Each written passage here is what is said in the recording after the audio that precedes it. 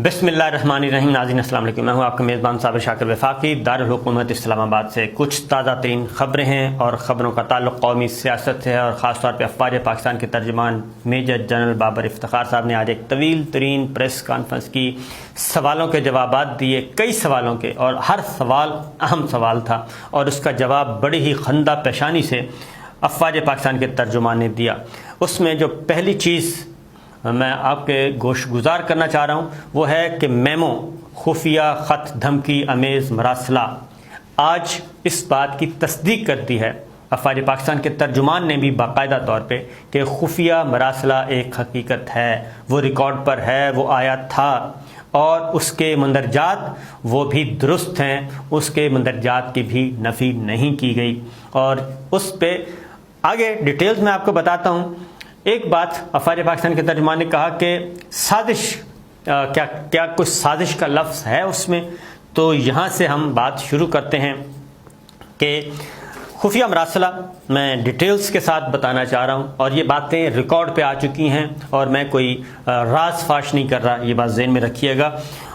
Supreme court of Pakistan के forum पे भी ये बात आ चुकी है कि ये खुफिया मरासला, धमकी आमेज़ ख़त जो है ये आया और ये 3 ज़रियों से आया। नंबर 1, हमारे जो हेड ऑफ मिशन हैं वाशिंगटन में, उनकी तरफ से आया, यानी हमारे हेड ऑफ मिशन मीन हमारे सफ़ीर जो थे असद मजीद साहब, उन्होंने रिपोर्ट किया और उनका ये फ़र्ज़ था। उसकी वजह ये थी कि वो एक इजलास में गए, उनको बुलाया गया और उस इजलास में जो डोनाल्ड लू हैं उन्होंने क्या क्या गुफ्तगू की, क्या क्या धमकी अमेज़ गुफ्तगू की, उसको उन्होंने रिपोर्ट कर दिया अपने डिप्लोमेटिक चैनल के ज़रिए।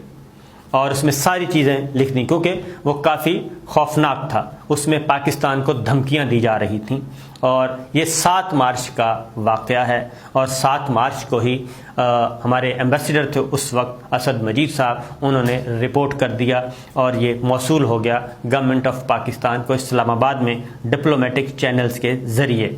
इसको साइफर बोला जाता है।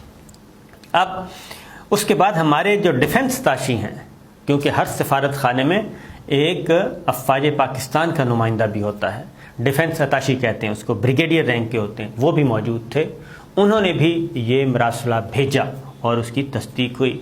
फिर हमारे जो डिप्टी हेड ऑफ मिशन हैं उन्होंने भी इसकी तस्दीक की। ये 3 ज़रियों से ये चीज़ आई, वज़ारत ख़ारजा ने मौसूल की और उसके बाद ये वज़ीर आज़म इमरान ख़ान को पेश की गई। Army chief general Qamar Javed Bajwa को भी बताया गया और DGISI को भी बताया गया, DG और दोनों के पास ये सारी चीज़ें। फिर प्राइम मिनिस्टर ऑफ पाकिस्तान के पास ये चीज़ें आईं तो ये खुलकर बयान किया गया। तो पता चला कि ये तो तहरीक अदम एतमाद है जो 8 मार्च को यहाँ पे हो रही थी, 7 मार्च को वहाँ पे ये डिस्कशन हो रही थी वाशिंगटन में। ये तो एक हो गई बात कि पहली दफ़ा अफ़वाज पाकिस्तान के तर्जुमान ने भी रिकॉर्ड पे आके इस बात की तस्दीक कर दी है। अब आता है जी कॉन्स्पिरेसी। पहले ज़रा कॉन्स्पिरेसी क्या होती है, साजिश क्या होती है, उसमें लिखा क्या था, पहले तो ज़रा मैं आपको वो बता दूं कि जो आया है ये मरासला, उसमें था क्या, ज़रा वो देख लें। अब कौमी सलामती कमेटी का पहले इजलास होता है और उस इजलास में, क्योंकि आज पूछा गया था कि वो जो मरासले के बारे में अफ़वाज पाकिस्तान का क्या पॉइंट ऑफ व्यू है, और तर्जुमान से पूछा गया था तो उन्होंने कहा कि हमारा पॉइंट ऑफ व्यू वही है जो एलामिया जारी किया गया।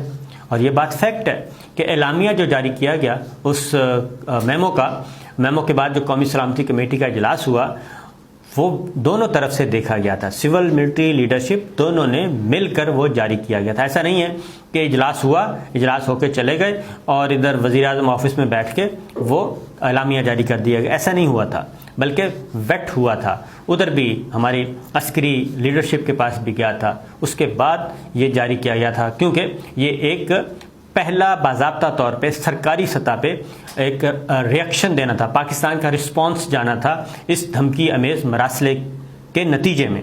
तो उसमें कोई ऐसा लफ्ज़ इस्तेमाल नहीं किया जाना था जो कि कल को वो उल्टा उसका कोई रिएक्शन आए, ऐसा रिएक्शन जो कि गिरफ्त में हो। लिहाजा सोच समझ के ये काम किया गया। ये 37वां इजलास